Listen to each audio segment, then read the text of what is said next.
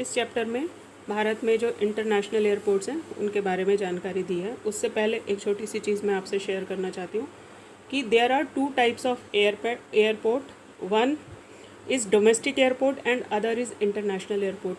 दो तरह के एयरपोर्ट्स होते हैं, एक होता है डोमेस्टिक यानी घरेलू और दूसरा होता है इंटरनेशनल एयरपोर्ट। इन दोनों में क्या फ़र्क है?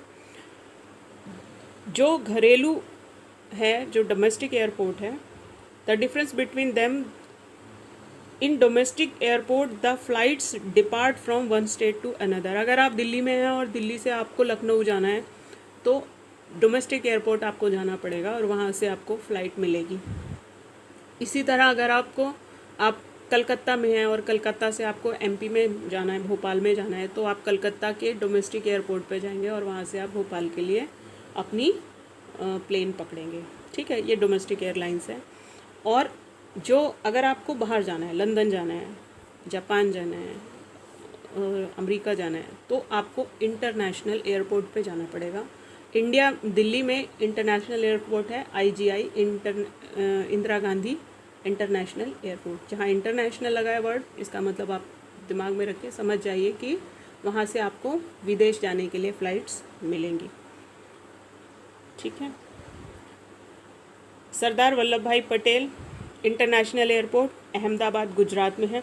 इसका भी एक छोटा सा तरीका मैं आपको बताती हूँ कि जितने भी एयरपोर्ट्स हैं उनके नाम, मैक्सिमम के नाम जो हैं वो किसी बड़े लीडर के नाम पे ही रखे हुए हैं। तो जो जिस प्रदेश का बड़ा लीडर है, जैसे सरदार वल्लभ भाई पटेल गुजरात से रिलेटेड है, सुभाष चंद्र बोस कलकत्ता से रिलेटेड है, इसी तरह अलग अलग स्टेट्स में जो इंटरनेशनल एयरपोर्ट हैं वो वहीं के लोकल लीडर्स जो बहुत फेमस रहे उनके नाम पे ही है। तो आप अगर कभी ये आपके दिमाग में आए, आप कंफ्यूज हो रहे हो पेपर के टाइम पे, क्योंकि जब बच्चे पेपर देते हैं तो बहुत प्रेशर दिमाग में होता है और आपको याद ना आए कि ये कहाँ पे है, वल्लभ भाई पटेल इंटरनेशनल एयरपोर्ट कहाँ पे है, तो आप याद रखिएगा कि पटेल जी जो हैं वो गुजरात के लीडर, गुजरात से आते हैं। जैसे मोदी जी गुजरात से आते हैं, उसी तरह ये भी गुजरात से आते हैं। तो अगर वहाँ ऑप्शन है तो आप ऑप्शन में जाके देख लीजिए, और अगर आप ऑप्शन नहीं है तो आप गुजरात अहमदाबाद लिख दीजिए। गुजरात भी लिख देंगे तो भी मैडम आधा नंबर तो दे ही देगी। डोमलिम हवाई अड्डा गोवा में है। कोच्चिन इंटरनेशनल एयरपोर्ट, अब कोच्चिन जो है ये साउथ इंडिया का जगह है, पोर्ट है ये बहुत बड़ा। इंटरनेशनल एयरपोर्ट तो है, ये पोर्ट भी बहुत बड़ा है कोच्चि का। केरल में है कोच्चि अंतर्राष्ट्रीय हवाई अड्डा। Netaji Subhash Chandra Bose international airport Calcutta West Bengal, जैसे मैंने अभी बताया, सुभाष चंद्र बोस। इसी तरह छत्रपति शिवाजी महाराष्ट्र से मराठे थे। नेताजी सुभाष चंद्र बोस अंतर्राष्ट्रीय हवाई अड्डा कलकत्ता पश्चिम बंगाल में है। छत्रपति शिवाजी इंटरनेशनल एयरपोर्ट, अभी इससे पहले हमने छत्रपति शिवाजी टर्मिनस पढ़ा था। टर्मिनस जो है वो रेलवे का वो सबसे बड़ा जंक्शन है, और एयरपोर्ट, इंटरनेशनल एयरपोर्ट मुंबई का जो है वो छत्रपति शिवाजी के नाम पे ही है। चेन्नई इंटरनेशनल एयरपोर्ट, चेन्नई तमिलनाडु, इसमें तो कोई डाउट ही नहीं है। इंदिरा गांधी इंटरनेशनल एयरपोर्ट, ये दिल्ली में है। वीर सावरकर इंटरनेशनल एयरपोर्ट पोर्ट ब्लेयर में है, अंडमान निकोबार में। अब वीर सावरकर का जो किस्सा है वो मुझे पता नहीं कितने बच्चों को पता है। वीर सावरकर हमारे बहुत बड़े एक फ्रीडम फाइटर हुए हैं जिनको बंद किया गया था पोर्ट ब्लेयर की जेल में, और उन बहुत तरह के अत्याचार किए जाते थे। पोर्ट ब्लेयर जो है वो अंडमान निकोबार में है, द्वीप है, एक छोटा आइलैंड है। इसीलिए जो वहाँ का ये इंटरनेशनल एयरपोर्ट है वीर सावरकर के नाम में उसको डेडिकेट किया हुआ है। ठीक है। अब है Kempegowda international airport Bengaluru Karnataka. Rajiv Gandhi international airport Hyderabad Telangana.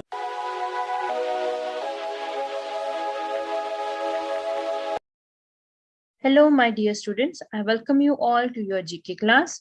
Today, we are going to do chapter number 7 of your GK book, that is Monuments of National Importance. अब Monuments of National Importance means जो राष्ट्रीय धरोहर बन चुकी हैं, जिनको घोषित कर दिया गया है कि वो अब इंडियन हेरिटेज का हिस्सा है. So we are going to study about these monuments. So any structure, sculpture, inscription, etc. which is in existence for not more less than 100 years, तो उनको हम क्या बोलते हैं? एशियंट बोलते हैं. कोई भी ऐसी बिल्डिंग है, कोई भी स्कल्पचर है, ठीक है, कोई भी ऐसी जगह है जो कि 100 साल से कम ना हो, ठीक है, तो उनको हम क्या बोलते हैं, ancient. A monument of national importance is designated by the archaeological survey of India. तो archaeological survey of India means ASI उनको क्या करता है, ऐसी मॉन्यूमेंट्स को, ऐसी जगहों को क्या करता है, उनको घोषित कर देता है मॉन्यूमेंट्स ऑफ नेशनल इंपॉर्टेंस। ठीक है, अब हमने क्या करना है, we are going to look at the pictures given in your book and we are going to write the name of these monuments. Those have been declared as monuments of national importance in 2019 by ASI. So let's start with the first one, that is Old High Court Building, Nagpur, Maharashtra. So name से ही पता लग रहा है कि ये पहली जो आपको पिक्चर नजर आ रही है ये किसकी है, ओल्ड हाई कोर्ट, मतलब कि पुरानी बिल्डिंग है कोर्ट की, and it is in Nagpur, Maharashtra. Number 2 पे है नीम राणा बावरी, और ये कौन सी जगह पे है, राजस्थान में है बेटा। It is a step well, ठीक है, ये स्टेप वेल है, मतलब कि ये कुआं है, ठीक है, बहुत पुराना है, you can see that. And ये कौन सी जगह पे है, ये इंडिया में है। इंडिया में कहाँ पे, इन राजस्थान, ठीक है, ये राजस्थान में है, and it is a step well. Number 3 is Hathi Khana, and it is in Agra. अब हाथी खाना से ही पता लग रहा है, नेम इटसेल्फ डिपिक्ट कि it is a gateway and was a entry point to all the areas where the elephants were kept. ठीक है, जहां पे हाथी रखे जाते थे तो उस जगह पे इसको रखा जाता था, ये गेटवे है उस जगह का, तो इसको क्या बोलते हैं, हाथी खाना। एंड ये कौन सी जगह पे है, it is in Agra. Number 4 पे है बेटा रानीपुर जरनैल टेम्पल्स, और ये है उड़ीसा में। एंड दिस टेम्पल बेटा जो है ये है dedicated to Lord Shiva, and ये 2019 में जनवरी में इसको ऑफिशियली डिक्लेयर कर दिया गया था as a monuments of national importance. Number 5 is Vishnu temple in Kotali, Uttarakhand. As name suggest बेटा कर रहा है कि ये जो टेम्पल है dedicated to Lord Vishnu, and ये फाउंड हुआ था इन 9th सेंचुरी। 9th सेंचुरी में इनको बनाया था, कत्यूरी शासकों द्वारा बनाया गया था। सो उन्होंने इस टेम्पल को 9th सेंचुरी में बनाया था, and now it is a part of monuments of national importance. और नंबर 6 पे है हवेली ऑफ आगा खान, आगरा। सो बेटा ये हवेली ऑफ आगा खान एंड हाथी खाना दोनों को इकट्ठे ही बनाया गया था as monuments of national importance in 2019 by ASI. So this was today's chapter. Thank you.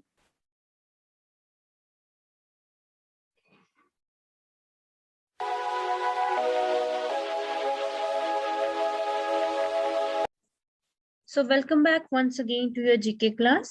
Now we are going to do chapter number 8 of your GK book, that is India's superlative.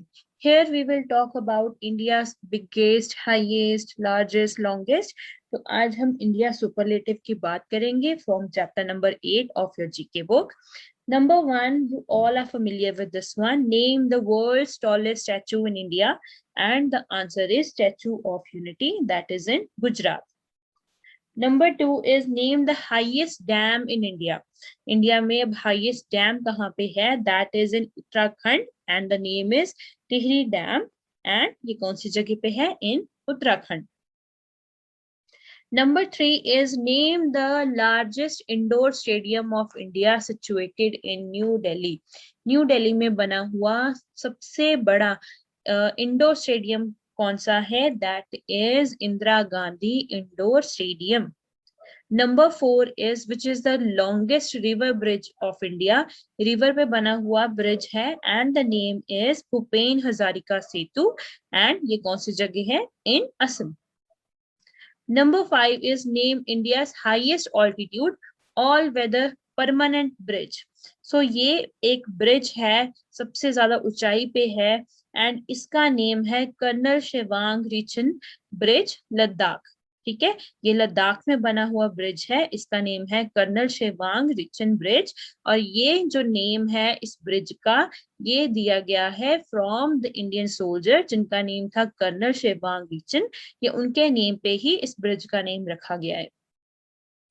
Number 6 is name India's largest church situated in Goa. अब गोवा में सबसे बड़ी church है and the name is Saint Cathedral Church और ये कौन सी जगह पे है? In Goa. Number 7 is which is the longest dam in India and सबसे long dam कौन सी है इंडिया की? That is Hirakud Dam और ये कौन सी जगह पे है? In Odisha. Number 8 is which is the longest highway tunnel in India. अब जो रोड टनल है इंडिया की वो सबसे लॉन्ग वाली कौन सी है? That is Shyama Prasad Mukherjee tunnel J&K. ठीक है, तो श्यामा प्रसाद मुखर्जी टनल है सबसे लॉन्गेस्ट हाईवे टनल इंडिया की एंड इसका जो नेम था बेटा पहले था वो था शेनानी नाशरी हाईवे टेम्पल टनल. ठीक है, तो इसका नेम था जम्मू एंड कश्मीर में है ये एंड इसका नेम पहले वाला जो था वो था शेनानी नाशरी हाईवे टनल और उसके बाद इसका नेम चेंज करके इसको रीनेम कर दिया गया था श्यामा प्रसाद मुखर्जी टनल. ठीक है, और ये इंडिया का सबसे लॉन्ग हाईवे टनल है 9.28 किलोमीटर की लेंथ में एंड ये एशिया का सबसे longest bidirectional highway tunnel है. बाय डायरेक्शनल मीन्स आने का और जाने का दोनों का रास्ता है इसमें. सो इसका नेम है Shyama Prasad Mukherjee tunnel. Number 9 is which is the largest auditorium in India. सबसे लार्ज ऑडिटोरियम इंडिया की कहाँ है? That is in मुंबई और इसका नेम है श्री शान मुखंदा हॉल. ठीक है, तो इसका नेम है श्री शान मुखानंदा हॉल और ये है इन Mumbai. Number 10 is which is the largest museum of India. ठीक है, अब इंडिया का सबसे लार्जेस्ट म्यूजियम कौन सा है? दैट इज इंडियन म्यूजियम और ये है in Kolkata West Bengal. So this was your today's chapter number 8. Thank you so much.